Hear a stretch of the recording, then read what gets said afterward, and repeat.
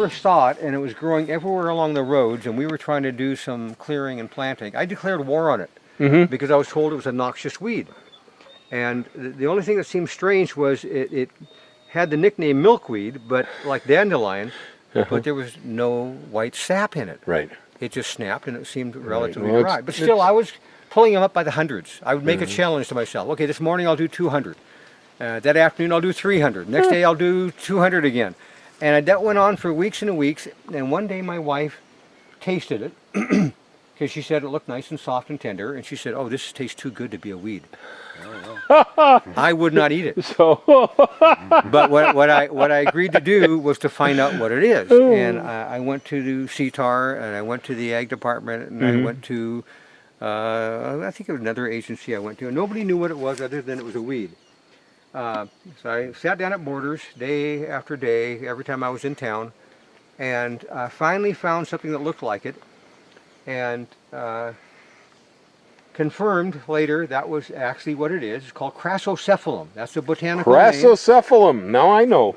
It is an Asian treasured salad and cooking vegetable. Oh, it must be how it got here. And it is very tender. Yeah.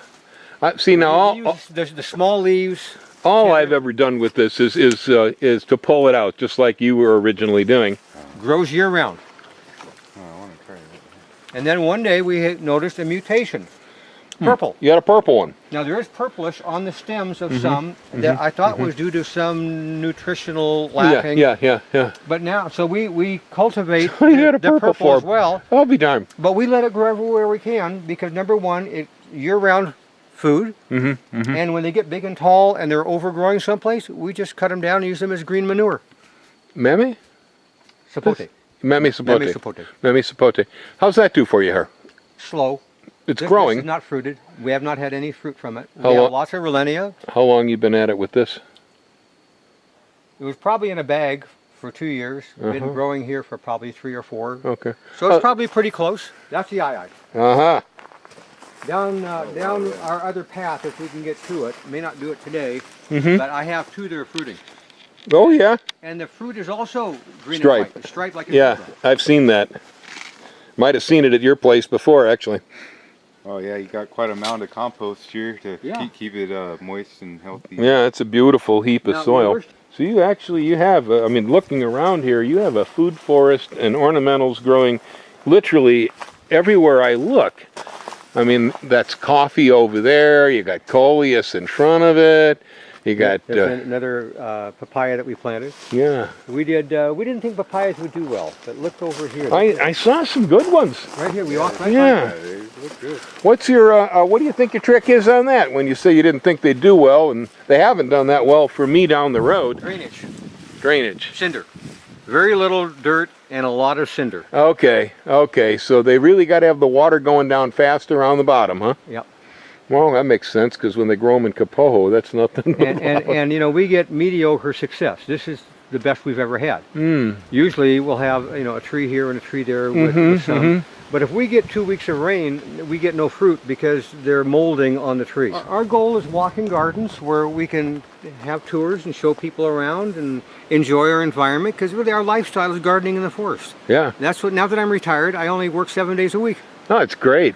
I don't want to manage people anymore. Yeah. I did enough of that, and it's a combination of I want a quiet lifestyle. Yeah. So this is the moringa that everybody talks about, the horseradish tree, huh? Yeah, I would love to have this be well because it's got such high protein in the leaves and it's green all year round.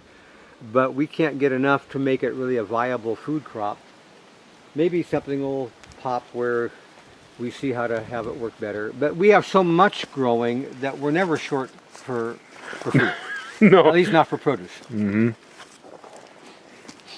These are little Rollinia starts. Oh yeah. Yeah, come look at the fruit. We're at the tail end of our harvest, which is about 2 months behind most of the people that get them other places. These jackfruit here? Yeah. How you do with that at all? We've never had fruit. Never? We have 2 trees in the ground. And haven't had uru either. Not that I'm a fan of uru. I'm not much either myself. How old are the jackfruit that you have in the ground? 2 over 10 years. Ooh. 10 years. It's too cool. Here's a Relenia, this little girl. Here's some fruit.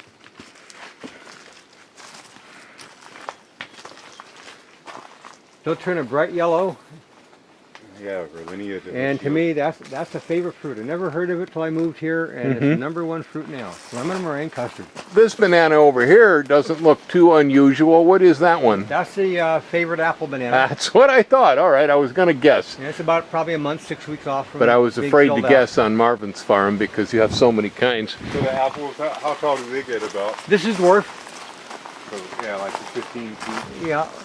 Well, and the language on bananas is not only sloppy that a dwarf is 7 to 10 feet. The common notion of the height of a plant of being up to the tippy top is not the botanical nursery definition. For bananas, it's to the pseudostem top, which is where the leaves start to Branch come out, yeah. And of course, if you look at these plants, those leaves are going up another 6 feet past the pseudostem. Sure, sure. So Yeah. It's very, very sloppy language. Grapefruit's right behind you, Bill. Yeah, yeah, I see that. And Tangelo's on the other side. Yep. So we got, This is just okay, but not super great. Not super great. We haven't given it as Is it- much attention. is this a pink one then, huh? Yes. Oh. That was a gift of a friend of ours who never planted his up in Volcano. And how do your Tangelos taste here? Delicious. When I tell people at the market that I have clumps of heliconia bananas as big as the booth, 10 feet across, this is from one stem.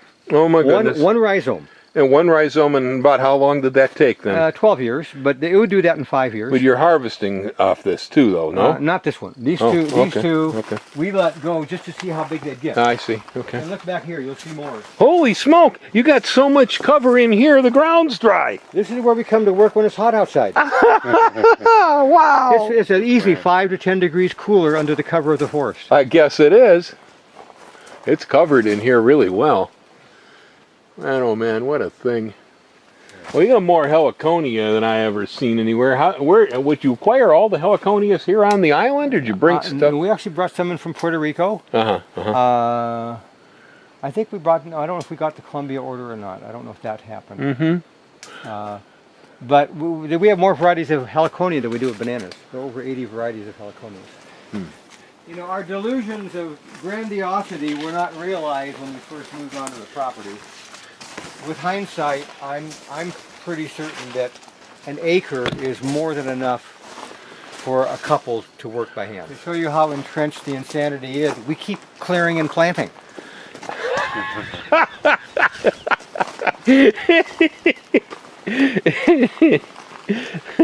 Yeah, and we can't even keep up with it. If we did nothing but maintenance, we couldn't keep up with it. Yeah. Yeah. This is a major cat shelter and storage area. Oh my goodness. Here I thought all you raised around here was bananas and heliconia.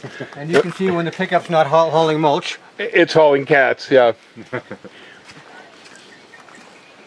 I'm going to show you that berry banana. Oh, cool. Nice crop of algae on the Ford, guy. Yes. The- That's a Puna paint job. This was our original planting. When we when the road was finally put in to access the property, and we had a bulldozer come up to do a driveway, the driveway that we're on now. Before we went back to the mainland for our final packing, we planted 5 apple banana plants here. And so this is the original planting. This is, wow. so this is 14 years later. They're still in high production. All starts right here. They're going to outlive us. Is this Tamarillo over here, Saphmandra bateacea? Yes, it is. That's our fruit, our tomato supply. We Does better here than tomatoes, right? I think it's a better tasting. I can make meal out of tomatoes, that and a shaker of salt.